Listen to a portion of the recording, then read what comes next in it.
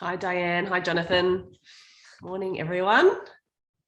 Okay, we might kick off then. So welcome to the Integrated Innovation Network Startup Stories. My name's Siobhan Curran and I'm the manager at the university's I2N. So before we get into our event, I'd just like to acknowledge that I'm hosting this virtual event on the lands of the Awabakal and Worimi people. And I also acknowledge the traditional custodians on the various lands that you're joining us from today and the Aboriginal and Torres Strait Islander people participating in this event. I pay my respects to elders past, present and emerging and celebrate the diversity of Aboriginal people and their ongoing cultures and connections to the lands and waters of Australia. You can also show your respect and awareness of country that you're joining us from by letting us know in the chat function at the bottom of the screen. And that's also where you can connect and comment with other virtual attendees. For those of you that are new to the I2N, we're an initiative of the University of Newcastle and have the central aim of being a catalyst for regional transformation through enterprise skill development, new venture creation and entrepreneurship. And at the heart of I2N is a strategically positioned entrepreneurship centre in Newcastle CBD at Honeysuckle, offering co-working facilities that are complemented by mentoring and a series of connection events like startup stories and cohort-based programs that cover everything from individual enterprise skill development, pre-startup creation, new venture establishment and acceleration, and innovation development for existing SMEs. All industry sectors are supported and they extend beyond traditional tech-based startups to include social enterprise and creative industries. So we're nearly coming up to our 5th year of operation at the I2N through the support of the New South Wales Government's Boosting Business Innovation Program. We're really delighted also to be able to welcome strategic partners Davies, Collis and Cave and Port of Newcastle to the fold. And in that time, we've welcomed more than 5,000 innovators and entrepreneurs from a range of different industries and sectors at any stage of their journey and regardless of their affiliation to the university. We've helped fuel, grow and graduate more than 104 teams. They've raised over $18 million in funding. They're fostering the creation of dozens of jobs and work integrated learning opportunities for students. They're acquiring customers, they're winning awards, and they're growing their teams and developing products and solutions right here in the Hunter that are delivering real world impact. So if there's any more information you'd like about I2N and our programs, you can hit us up on our website or socials, which are linked on my little screen backgroundy thing. So a little outline of the format for this morning's event. We've taken a number of questions from attendees at registration and we'll be leading with those after our speaker provides a brief background on their startup journey. And then we'll open up to any questions that have been asked via the Zoom chat function at the bottom, or the Q&A function rather, at the bottom of your screen. So if you've got any questions along the way, hit us up in the Q&A and we'll get to them towards the end. So our guest this morning is Amanda Falconer. She's the founder and CEO of Bestie Kitchen, a startup on a mission to change the way we feed our doggos, helping dog parents easily balance their homemade dog food and make a real difference to the lives of pets and pet parents. And if you're one of the people who has adopted a fur kid during lockdown, and looking at my Instagram, that seems to be a very common occurrence. Perhaps this story will be of most interest to you. So Amanda began her journey in the kitchen with a compounding chemist, developing Health Jellies, which are research-based vet-formulated daily jellies for dogs. And more recently, the Bestie Kitchen team began working with the CSIRO under the Kickstart program to scale up the product and was awarded funding from the federal government's Advanced Manufacturing Growth Centre to continue the work from their new location in Mayfield West. Welcome, Amanda, and thank you so much for taking the time to join us at Startup Stories this morning. Thank you very much, Siobhan, and it's a real pleasure to be here. And, you know, as you said, I'm going to share some of the aspects of our story, like where we began. So not a traditional pitch deck today. Let me first just give you the very short story in a nutshell. As you talked about, we help people give their dogs and cats great lives. And we really do it by starting with the diet. We make natural supplements that support general health and also target specific conditions. And we also support that with a health platform called the Bestie Health Club, which we've just launched. The Health Club gives people free access to holistic vets, education, and feedback tailored to their dog, and it's integrated with our supplements. And my vision for this long term is a kind of like HelloFresh marries Michelle Bridges, but more on that a little bit later. So we actually launched in 2019 with our first product, which, as you talked about, is a product that you add to meat to make it complete and balanced. And in a period of 2 years, just over 2 years, we've launched another 9 products, a web app and the health platform that I mentioned. Our revenue has grown 4 times year on year, and in September it grew 150% month on month. We export to Taiwan, and we've been funded by the CSIRO, FIAL, Jobs for New South Wales, and most recently AMGC, the Australian Manufacturing Growth Centre. And our AMGC grant is enabling us to commercialise the IP that we developed with our Csiro project, and it's the range that I intend to launch in the new year. Now, that may sound like a kind of neat 2-year story, but it's really been a little bit more what is next than that. And it actually really began many, many years ago. In fact, the business is really a kind of love letter to our dogs, Alfie and Mondo, who you see here. And actually on the left, there they were on day one when we rescued them about 16 Sorry, Amanda, to interrupt, your screen's not showing. Oh, I forgot to share screen. That's okay. Rookie era. There you go. That's it. Beautiful. We can see them now. Now you can see the dogs. But so there we go. Right. And just skipping back, that was the intro. That was the history. You got it. Here we are at the dogs. So yes, Alfie and Mondo on the left there, and we rescued those dogs about 16 or so years ago, but they lived to 22 and 21. And over that 15-year period of care, I started to see a whole lot of gaps and a couple of key problems in pet nutrition that I most particularly wanted to solve. And so that first product that we launched was for a particular kind of person, and they really wanted to have a lot of control over their pet's diet. And while there are some differences between them, they really wanted to have a worry-free way of making complete and balanced fresh meals for their dogs at home, essentially. They didn't want to do pre-made. So we solved that particular problem with this balancing supplement, and you add it to meat. It's very simple. We supported it with a web app that helped people work out the exact quantity that was needed for their specific dog based on the protein selection and the dog's age and activity level, because that was also one of the things that used to drive me crazy as a pet owner. How much do I feed my dog? And obesity is a huge problem with dogs. What that product competes with, of course, is kibble more broadly, but more narrowly, pre-made raw food and also freeze-dried food. So it's very much a niche product, but I think it's one that is really coming of age, because, you know, we just continue to just get demand for it as, you know, month on month, essentially. But the balancer wasn't all that I wanted to do. And I had watched Mondo in particular as he got to 22 years of age, which is a pretty good age for a dog.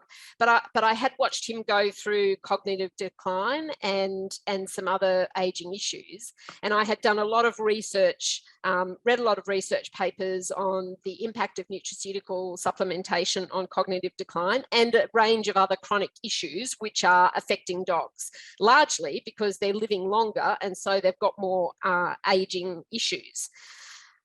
I just really didn't know how to bring that nutraceutical range to market. And I probably also felt, well, I did feel a little bit imposterish because I'm not a scientist, I'm not a vet, we don't have an R&D team, and I just couldn't work out exactly how to do it.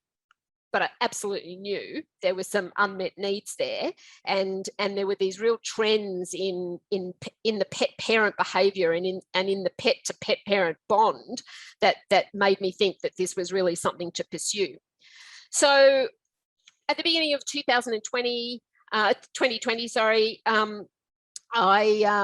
sort of formulated a path, and I decided that actually we should make essentially a gummy, and it would be a nutraceutical gummy, a vet formulated nutraceutical gummy. And so that's when I began working with a compound chemist who made up prescription medicines for vets. And one of the things he did was use gelatin to do that.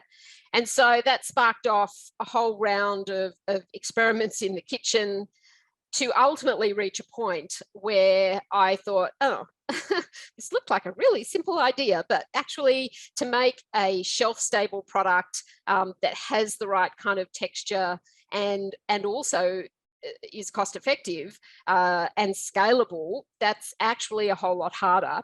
And so that was the time that I went to the CSIRO. And I'm just so grateful that I found the Kickstart program, because I think was thinking, oh, it's how would I work with a food technology or food science expert? How would I do that? Where would I find one of those people? How much would that cost? I really had no idea, but I could see that it was that sort of expertise that was going to be needed. And, you know, the Kickstart program with Csiro is really like a low doc loan. You know, it's a really great process for getting an R&D project off the ground if you can convince and tap into the right kind of scientists in their organisation and they're interested in your project, then it was great. And so essentially that project was to get them to develop the carrier formulation with the right texture and chewiness and the water activity level and the pH level, and then do that with a scalable process. And I have to say, given that we started working on it last July, and of course COVID has been there in the mix, and that has unquestionably delayed things, it has been a whole lot longer process than I ever thought. And hence this diagram, because I now know why there are 9 technology readiness levels. In my simple mind, I was like, oh, sample, produced item. Actually, it's far from that simple.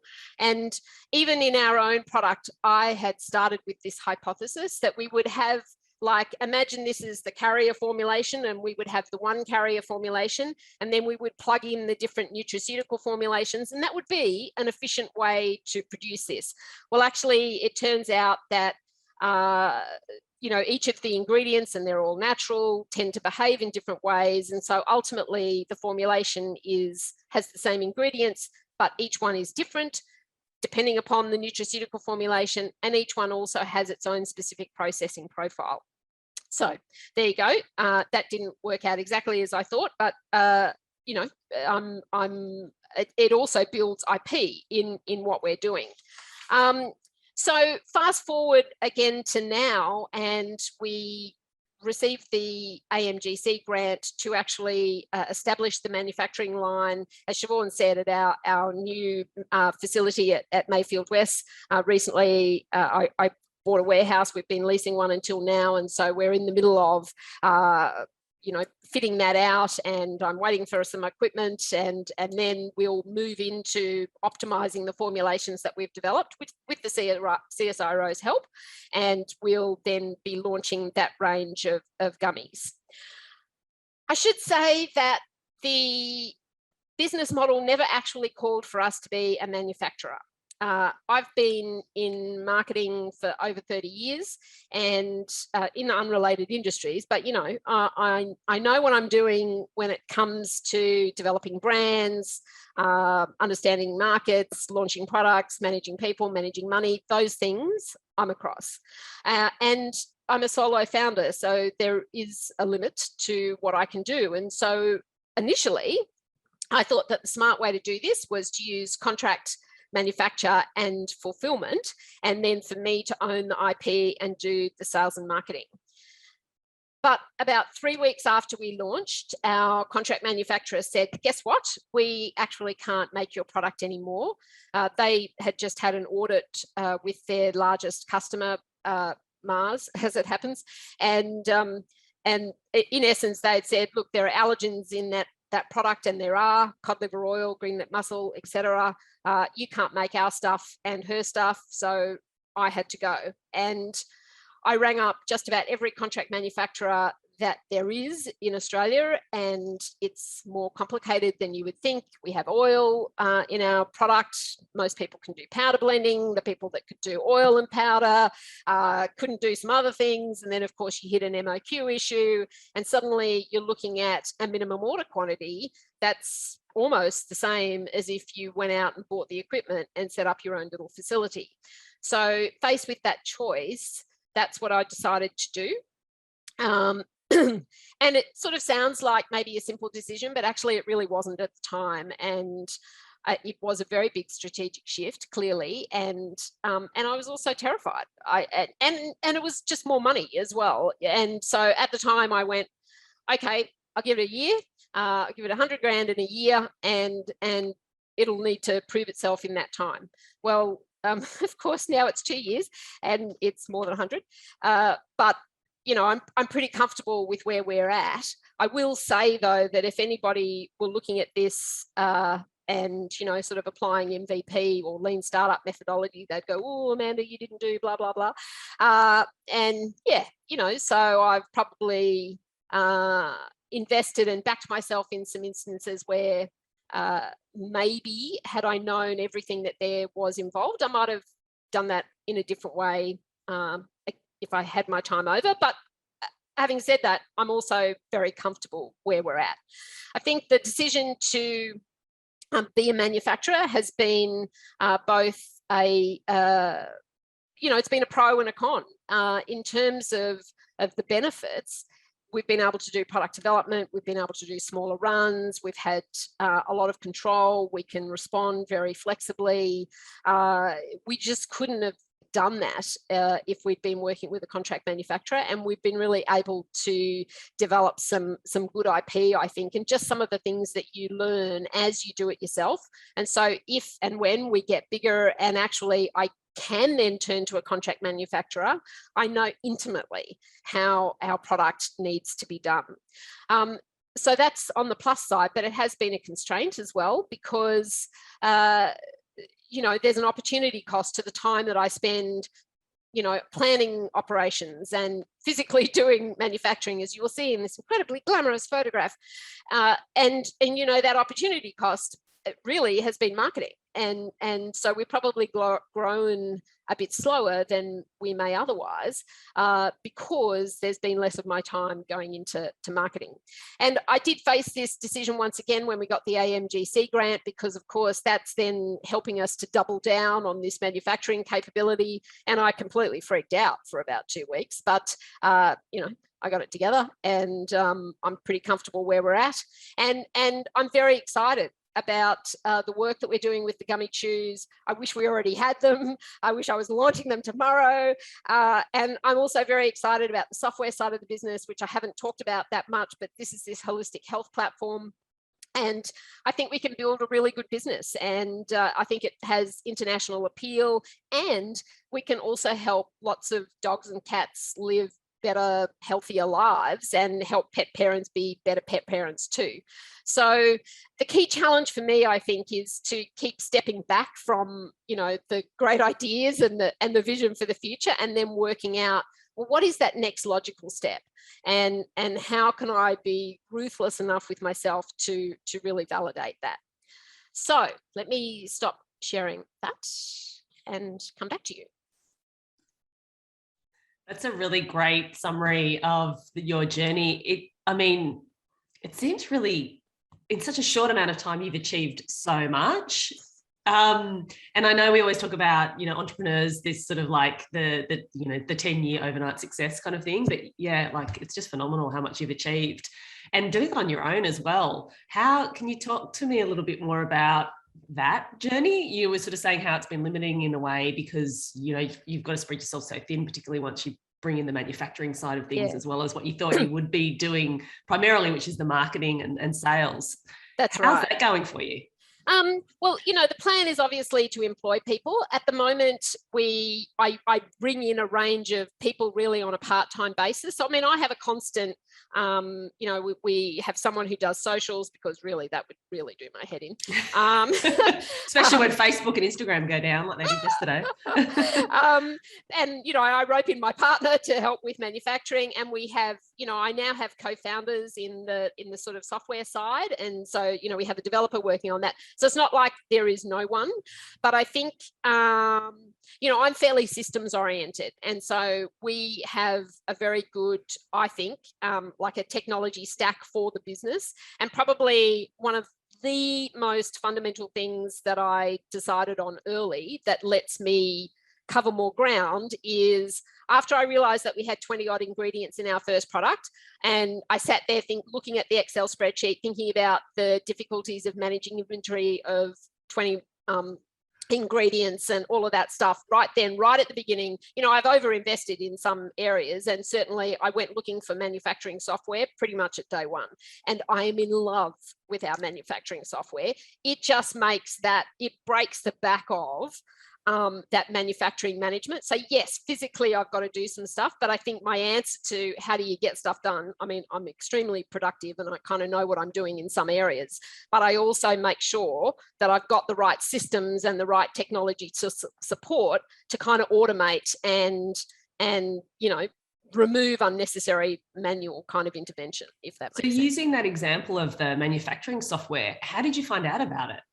Like if you're a total newbie to this process and industry, is it, is it just through a network of other manufacturers or advisors? No, I didn't even really know what they were called, to be honest, but I knew I needed to manage inventory, bills of material. It just was obvious to me that's what you needed to do. And so I did. I went looking for bills of material software, and then that led me to some other things. And then ultimately, and actually, who would know, they're called MRP software, but I didn't know that. I tried out several, and then I'm just so thrilled with the choice that I've made. And they're, funnily enough, they're actually a European, now not so small startup, but I've been, even in 2 years, I've been with them on their journey, and so the product is awesome. And as I say, I couldn't, like we now have 10 products. We've been doing all of these trials with the CSIRO. So there's like 20 bills of materials or like recipes, and also you need to protect that IP. The formulation is fundamental, and so managing the stocks of that inventory and then sending a manufacturing order so you know what you're making, all of that stuff is handled by that software. That was probably one of my best decisions. But we, on the marketing side, we also have like a full stack of software that helps do that too. So, and for the most part, I'm very happy with through trial and error, the decisions that I've made there in putting together that platform of software that helps me cover a lot of ground. Yeah, leveraging tech is just so phenomenal, isn't it? It can just make such a difference. Yeah. Well, if anyone's got any questions, please pop them in the Q&A function box at the bottom. Otherwise, I'm just going to go through now some questions that we had attendees or registrants ask at registration. So the first one is from Sean Riddick from Vector Energy Advisors, and he's asking, what are the metrics you use to measure the performance of your company? Good question. Well, I can tell you that P&L is not one of them because, more money at the moment going out given the investments we've been making. What I'm very focused on, because we are at this point fundamentally a direct-to-consumer e-commerce business, is I'm very focused on conversion rate on site. I look at average order value, and to be honest, that is one of the reasons why we introduced a couple of new products very early on in the piece. And I look at repeat purchase, but I am most focused on acquisition of new customers. So it's that kind of, quadruplet of metrics that I spend most time looking at. And I am most focused on what do I need to do? What do I need to tinker with? What can I test to drive conversion rate? Because you've already done the hard yards getting them there. So why not try and just, incrementally inch that conversion rate up? In time, of course, there'll be the normal sort of, business metrics, but where, as I said, given the co-funding of grants we've been doing and the investment we've been making, I'm kind of a bit less focused on that at present. Yeah, that makes sense. I guess the metrics change depending on the stage that you're at as well. I should also say that, going direct to consumer was really, I should have mentioned this, but it was, I have a B2B background. I've spent my entire career really working in companies that are fundamentally B2B. And, I think part of my personal narrative is you can't do direct to consumer, you're going to fail, you don't, you're shit on social, you don't want to do it, how can you do that? All that negative stuff, right? And so retailers were just not interested in us at the beginning. So I was like, oh, okay, then I guess it's direct to consumer. But now with the gummies, we will be returning to a retail, sort of a hybrid strategy of retail and direct to consumer. And we now have retailers that knock on our door, and I guess with mentors, that was their advice to me at the beginning: just wait, just get this sorted first, prove the product, and that will come. So and so that will then introduce another change in metrics too. Yeah, definitely. That. Yeah, okay. Mark Apthorpe, who's a lecturer at the uni, has asked, how are you planning to finance the next growth phase of Bestie Kitchen? Are you even thinking about that yet? I am. I'm actually. As you know, I'm now in your in I2N's venture mentoring service, and so particularly what I'm focusing on with the mentors is preparing at some point next year, probably around last quarter of next year, to embark on a funding round, because I think by that point we will probably need it. So far, I've I guess one of the benefits of not being 20 is that actually I've had a little bit of money, so that's part of what's helped me bootstrap and co-fund everything. But I'll be pretty tapped out, I think, by the time we get to that point. Obviously, revenue is growing. And I think, one of the things that we can look at is, there's like, I forget what you actually call it, but it's a bit like supply chain finance, but for marketing. And so we may look to tap into part of that as we try and build awareness. But also, that is, again, one of the reasons for pursuing a hybrid retail strategy, because if we can get into some more retailers, well, they're also building your brand for you. So sort of long answer to the question, but I'm working on it, but in sort of parallel with what we're doing currently. Yeah, it's kind of neat to have the best of both worlds in terms of being able to do B2B and B2C as well, I guess. Yeah. I mean, a little bit of extra work involved in managing both, but it's nice that as a consumer you can go and order it online rather than having to go to the shop to get it as well. Yeah. The next question is from Melissa Pollard, and she's asking, can you describe the process in collaborating with the CSIRO and how you got the Kickstart grant?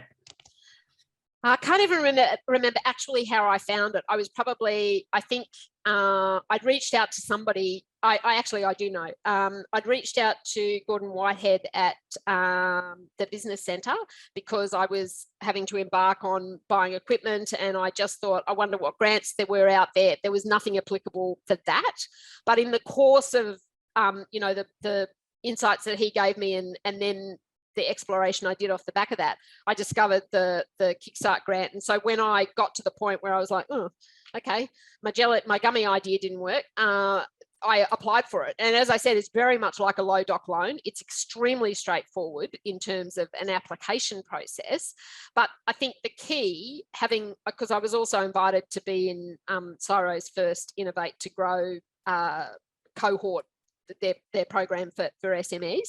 And I think talking to other people there who were not successful in getting a Kickstart program up, you've really, I mean, it was a bit the luck of the draw for me, I think, but my project piqued people's interest, and they've got to want to work on it. So yeah. Yes, Csiro are going to give you half the project value, which the project in its first stage can be up to 50,000. We've had 2 stages, and Csiro helped me get the FIAL funding for the second stage, because it was a bit more than they could do.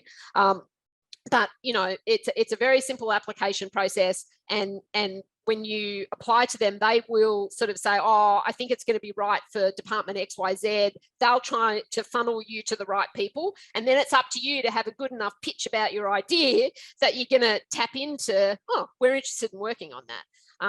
In terms of managing them, that's a whole other deal. And so I can talk about that if you want to. But yeah, that's basically the application process. It's definitely, if you have a project idea, it is definitely worth considering. So, and when you talk about a project idea, something that you're wanting to get some research done on. Yeah. And so I do want to talk about that idea of working with researchers. It's a known fact that industry and academia believe in different timeframes and live in different worlds sometimes. Can you share a little bit of your experience about what you've learned as an SME engaging with researchers? Yeah, this is pretty sort of close to my heart.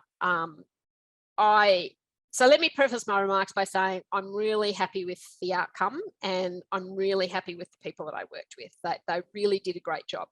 However, I didn't know the R&D process, and whilst I'd seen the technology readiness levels, they just really hadn't hit home to me. And I think they, on their side, even though they have the Kickstart program, not all of the people are used to working with people like me who don't actually understand what the process is. So on their side, they're not necessarily setting up and managing it in a way to take you along on the journey. I think, to be like super explicit here, some of the issues are, you want to solve a formulation problem because you're a scientist and that's what you want to do. Over here, you want to run a freaking business. So you're like, hey, where's the commercial outcome here? Oh, and what you came up with was great, but are you suggesting seriously that I'm going to make it like this? And we did reach that point where I was like, are you really suggesting, like, how will that scale? And so we had to do a bit of a reset. I think if I were to do it again, see, this is where not only did I not understand R&D, but I also didn't understand food processing. So you got two kind of lacks of knowledge there. I think if I were to do it again, I would probably start at what is the most likely food processing kind of method. And I would probably go to some of the equipment manufacturers, which I actually did this year, like Bueller is a global sort of manufacturer, and tap into some of those people and have a bit of an idea about that, and then go with the project versus starting at the formulation almost and kind of going, okay, we've done this awesome thing. Well, now how the hell are we going to make it? You know? Yeah. Because I think part of you've also just got to recognize they are not running a business. And whilst a team leader has a P&L responsibility, and the team leader we've been dealing with, Regina, is absolutely awesome, not everybody else has a P&L responsibility. They're just not thinking in the same way as you are about that. So hopefully that gives enough explanation. And as I say, I love what we've done, and they've been absolutely awesome. But if I had my time over, I would run that slightly differently. Yeah, no, it's a really common story that is heard both on both, and I think both sides, once you've gone through that experience, recognize the differences, but also appreciate the benefits. Yeah, it's just and I know the federal government's really interested in how they might be able to support bridging that gap between academia and industry more, so that it's academia coming in and thinking at it from a commercial service level, like, what is it like for the end user to, if we do this formulation, it's going to cost, 10 times what it would if you just took that one or two ingredients out or skipped that step. And then the industry partner really understanding the process of R&D. So when I saw that slide come up, I was like, oh, this is gold, because it's like that lean startup journey. You got to iterate and go back. It's not a linear process at all. It isn't. So. And it's called research for a reason, because also, even though I say you can start at the food processing end, the deficiency in a sense of that process is that actually we may not have ended up with the novel application of current technology that we have. And we have, like, where we are actually genuinely applying current technology. And I know that the Bueller food processing engineer was like, oh, this is really interesting what you're doing. And, oh, let me tap into the other food engineers in Europe and Asia. And, oh, yes, we've been wanting to work on this and da-da-da. So, you're in novel area, right? So I think the other thing too is you're like, I'm an urgent kind of person anyway. Like, I want to do it now, and that's just me. And in a business, you don't want to wait. Like, you don't have that, we didn't quite get it right. So like you want to go, and so I think just having a bit of a marriage of, like, they're not going to necessarily be like me, but, just mapping that out a little bit more at the beginning. And that's part of me. I would scope that differently. Like, as a marketing person, I've seen this throughout the years. It starts with the brief. Like, if you get crap creative, it's because most of the time your brief wasn't right. And so I go back, I learned, a lot of it's in the scoping. I would scope that differently for them to help them better, now knowing how they work. So mostly I go 90%. It was a training exercise for me. It's not them, it's me, really, because I didn't understand them. And the project scope Mark II is going to be really interesting to see. Like, I'd love to just get you in on a session on how to do a project scope for an R&D project. Yeah. That would be really, really interesting. So the next question I've got is from Jonathan Milgate, who's the CTO at Camplify, and he's asking, can you explain your focus on the Asian market and what opportunities you see for Bestie Kitchen in that region? Yeah, well, look, just in sheer numbers, there's 70 odd million dogs and cats in not even all of the Asian market, but in the key ones that we've been looking at. There have been some key changes in terms of the relationship that people have with companion animals. There's high supplementation use. We have a brand which I think is, perfectly kind of has the right sort of appeal for that market. And I guess philosophically, I just go where in the Asian region, it's just always been my interest. I've had zero interest trying to export to the US. I've just really always seen that both the brand and the nutraceutical sort of range in particular should go well in Asia. And there are a lot of small dogs, a lot of aging dogs, a lot of the dog is my first child type dogs. So yeah, they're some of the reasons why. Yeah, no, that makes sense. Okay, so we've now got a question here from Lou Morrissey at the University of Newcastle, and they're asking, what's been the hardest challenge so far? I think probably those decisions about, do I really have to be a manufacturer? That first decision was difficult. I think also I really did freak out when I got the AMGC approval. I really had a mental meltdown because, it's one thing to put in the grant and then it's another to get it. And then you're like, oh, yeah, I've got to do it. And so there was just a lot of fear, I think. So, that's definitely been challenging. I think the other thing that I would say is that, and I really try and manage this because I know this about myself. As I said, I'm not 20, I'm 57. I've been working for a long time, so I've had a lot of opportunity to observe myself, and so I know that there are some things that I'm not really great at, and so I can be a little negative about myself. I can just some things that I need to manage there. So I guess the key there is to, they're little challenges, but important ones that continue to recur. And so you've got to have some strategies to deal with them. If you know they're going to happen, you need to have strategies to handle that. And so that's also part of what I would do, what I do. How much has mentoring or having some trusted advisors that you can go to helped with those challenges?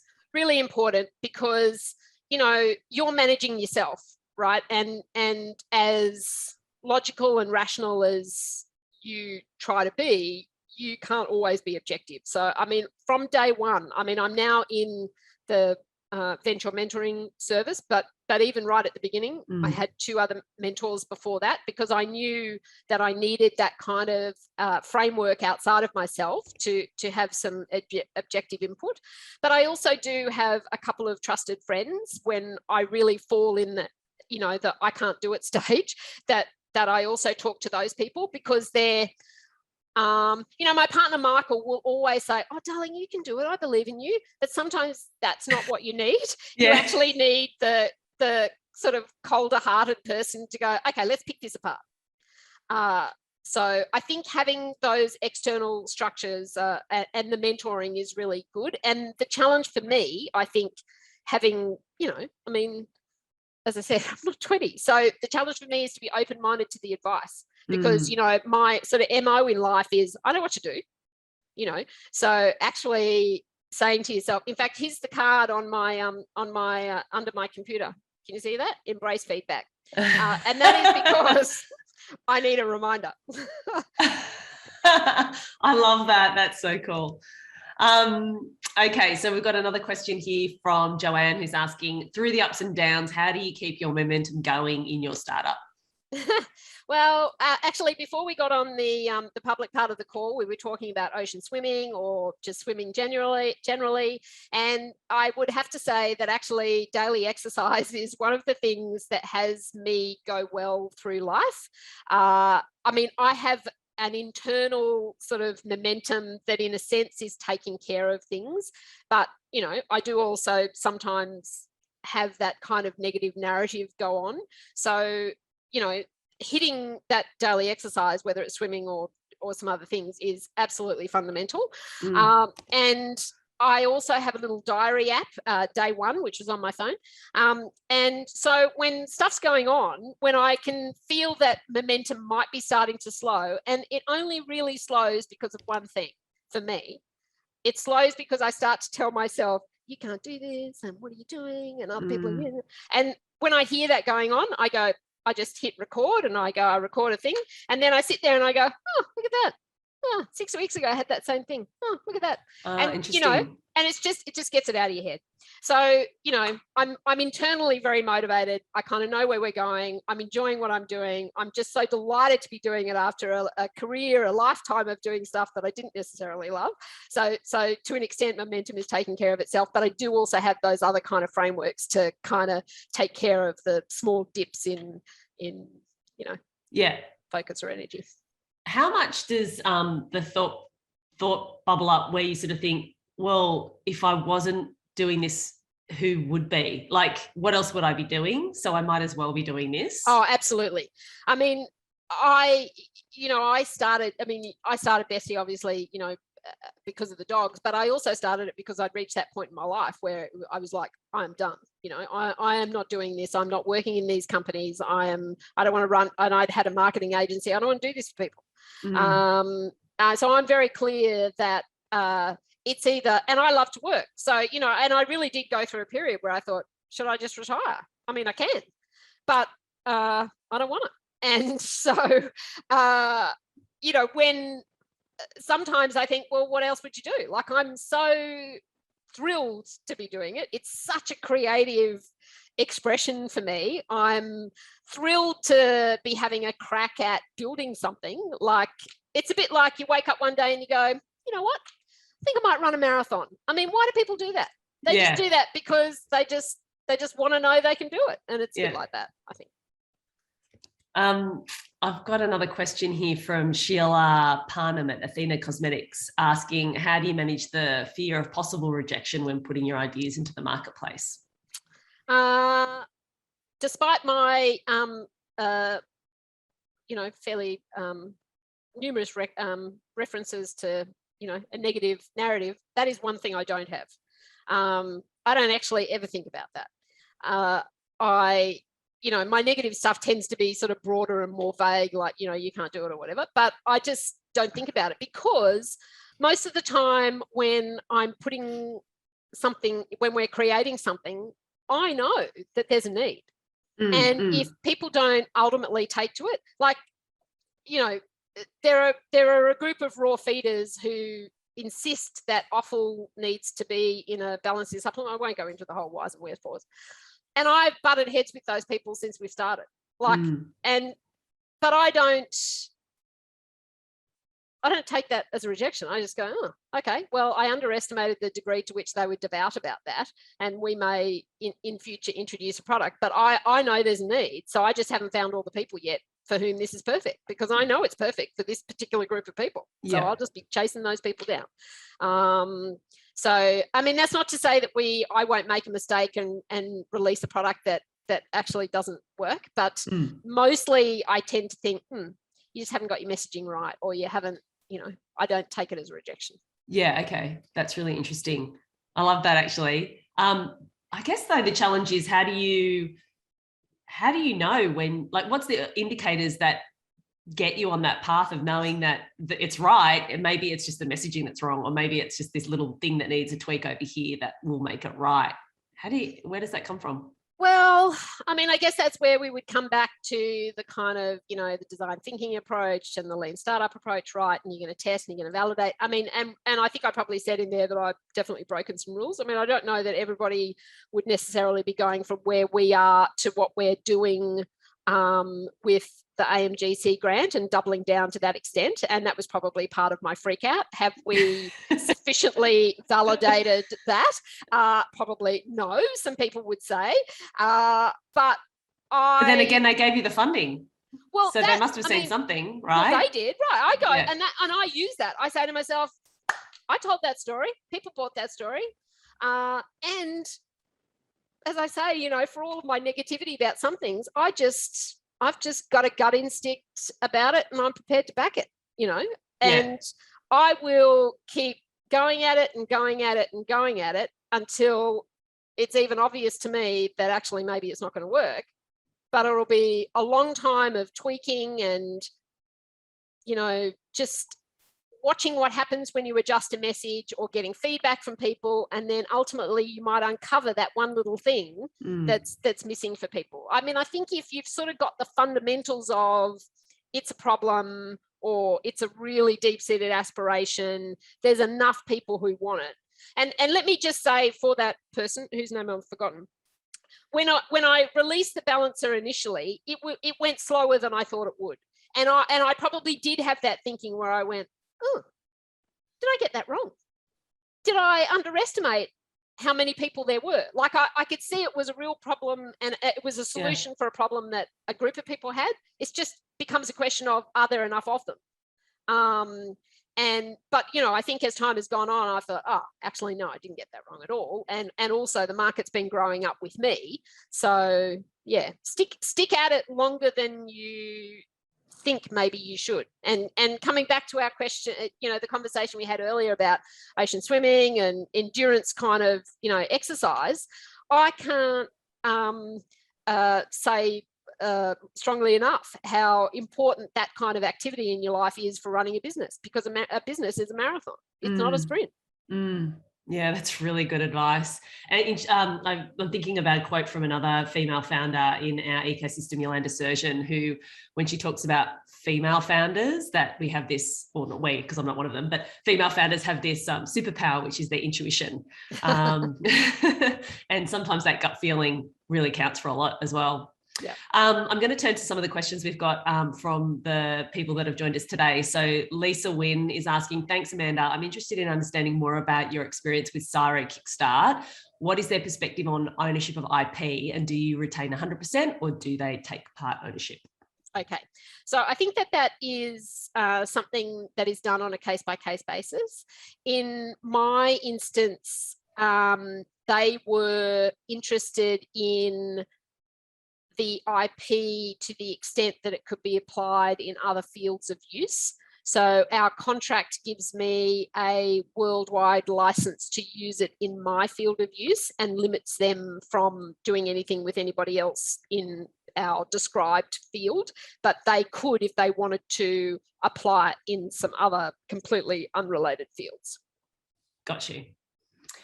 Prue Killick is asking with... Oh, by the way, just on that. So even though they're Csiro, get your own IP lawyer, go over the thing, and you know, it's a negotiation, it's a contractual discussion. So you know, we certainly put in a couple of things around that just to make things more explicit when I struck that agreement. Yes. Yeah, and IP is a valuable asset, and you need to be able to protect it as much as you possibly can. Absolutely. Prue Killick's asking, with so many great ideas, how do you cull your own enthusiasm, aka keep ideas in check when it comes to product vision? Yeah, that's a really good question. And you know, if I'm honest, probably not something that, you know, I mean, I struggle with it every now and again, but sometimes I just say to myself, like at the moment, I just say we're in quarantine on ideas. So if I have them, I just note them and I go, we're not doing that. Because the focus is here. Yep. And that's just got to be a little ruthless with yourself. I know that just coming back to mentors and, you know, being open to feedback, I know that at the beginning when I wanted to introduce our second product, the mentor advice was don't do it, stick with one product. I'm kind of happy with where we are, but you've got to know why you're doing it. And you've got to really think, okay, what are the implications as time goes on? Cash, capital becomes an issue. How much can, you know, like where does the support really need to go? There's some of the things that you need to be introducing into that thing before you go, oh, I have this great idea at midnight, we're going to do it today. Yeah. And I guess too, like in a resource constrained environment like you are, when you're bootstrapping and starting up a company, you have no choice but to follow the one path. You can't get, you can't afford to get distracted by other ideas. I mean, that said, I talked about the offal people with the balancer. We will probably introduce another balancer, and we'll probably introduce it this side of Christmas. But I mean, I know how to do that now. Yeah. And I've also sat there and thought about, when is the equipment coming for the gummy line? It's now later than I would have hoped it would be. Therefore, where is my time likely to be spent? Can I fit this in before then? And, so whereas, until 2 weeks ago, I was going, don't even think about it. Stop thinking about it. Get it out of your head. Put it in the quarantine list. So, and every decision isn't perfect. And so sometimes you go, actually, that was the wrong timing, but like, whatever. Yeah, get up and move on. Yeah. Benjamin Tonnet's asking, how did you approach CSRO or grants connected to what you're developing? Lots of help is around us, but we miss the opportunity to know about it. My question is, how do you keep updated and chase what could help you with your journey? Well, again, technology is your friend there. Alerts, being part of an ecosystem, and I'll come back to that in a second. But, Grant Guru is a really great platform, and you can set up alerts there so that they're just pinging you with things as they become available. But I also had sat down after I established the factory, the first little facility. At that time, because I'd done such an exhaustive sort of review of what was available, I then sat down and had a little roadmap for myself of what grants I could probably get over time. And so I sort of knew, okay, I could probably, once I've done this, I could probably get that. And once I get this, I could probably get that. I mean, it wasn't all that kind of plan, but I mean, I had a rough plan. And I also think the other thing is that there are some very key contacts. So for instance, the Sharon Foster in our region, who is the Oz Industry. Keep forgetting her title, but the trade start advisor for Oz Industry, enormously valuable person, enormously sharing in terms of information. You guys, like being part of that ecosystem so that you're just up to date with stuff. And then of course, once you get that first one, people have got a bit of a vested interest in you. So, they want to see keep you in mind for succeed, other things. Yeah. because, it looks good for them, looks good for you, so that's part of it. Lisa Wins asks, can you describe your clinical testing journey? What did you have to do to validate your product claims? And was there any regulatory body you had to get approval from? Our products qualify under the APVMA's E&D rules. Lots of acronyms there. And that's I don't know. Anyway, it's the veterinary regulatory body. Yeah. APVMA. And they have this particular sort of strand of things which, if you meet certain requirements and you have certain ingredients, then you can be an E&D product, which means that you don't need to get registered. And so to make sure that we complied with that, I engaged a consultancy that are specialists in APVMA regulation, and in some instances with the gummies, we actually took out a couple of ingredients that were not in these particular lists that they've got to be in. So that's that side of it. And so we're fairly careful. The language about claims is not as strong as I would like as a result of that. But again, I've spent years working with in-house legal departments, so I'm kind of across that part of it. In terms of clinical trials, we're not big enough yet to run our own.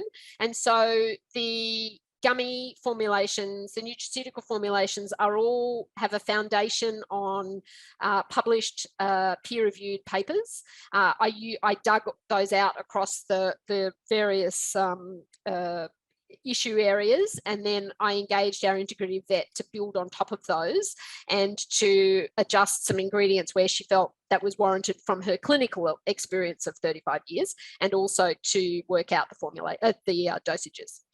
Yeah, nice. The last question we've got is from Mark Apthorpe, and he's asking, your website has a lot going on. How much time does it take reviewing and updating? That is a very good question, because I personally have just rebuilt that website over the last few weeks. So that has taken a little bit of time, yes. But, now that, and I did it from scratch, so, we've kind of got rid of the old one and built the new one.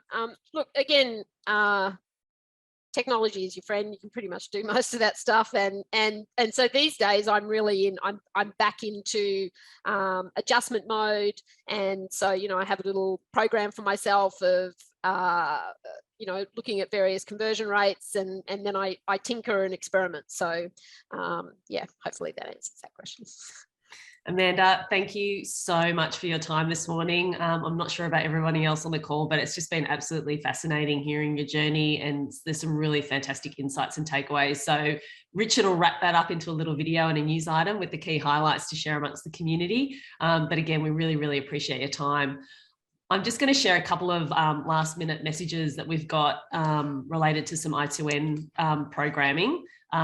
So I'm just sharing screen and waiting for my laptop to catch up. So we've got the New Futures Hackathon for Water Security coming up on the 15th and 16th of October. So it's a Friday night and a Saturday.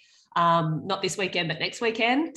It's sponsored by the City of Newcastle and Hunter Water as part of the Spark Festival activities. If you haven't checked out the Spark Festival website, please do, because there's a range of amazing events that are coming up across the country. This is one of them. So if you're curious about innovation and entrepreneurship, and you want to maybe test the waters in coming up with some ideas rapidly and pitching them for some cash prizes, the New Futures Hackathon is something you can do online from the comfort of your own couch. Our next startup stories is with Adam Boyle from Pegasus. The company's just recently been acquired, so we're really interested to get an update from Adam on that aspect of his startup journey. That's happening on Friday the 22nd of October, again as part of Spark Festival, and we'll be doing that over Zoom. Entrepreneurship 101 is our online program for people who are at the beginning of their journey. They've got an idea, but they're not quite sure where to start. This will give you a good foundation in enterprise skills and startup fundamentals. So for more information, head to our website. You can join that program at any time. And Venture Mentor Service, which is what Amanda's been able to take advantage of. This is a free program for mentors, or sorry, for founders that are affiliated with either the I2N or the University of Newcastle. So if you've got a business and you're starting to get some traction and you want to take advantage of some amazing mentors that we have within the program, please hit up the website for some more details on how you can make an expression of interest in that program. But that's it for today. Thanks again, Amanda. We really appreciate your time and look forward to maybe having a catch-up startup stories in a year or two and finding out how that AMGC grant went. Excellent. Thanks so much. See you later, everyone. Have a great day.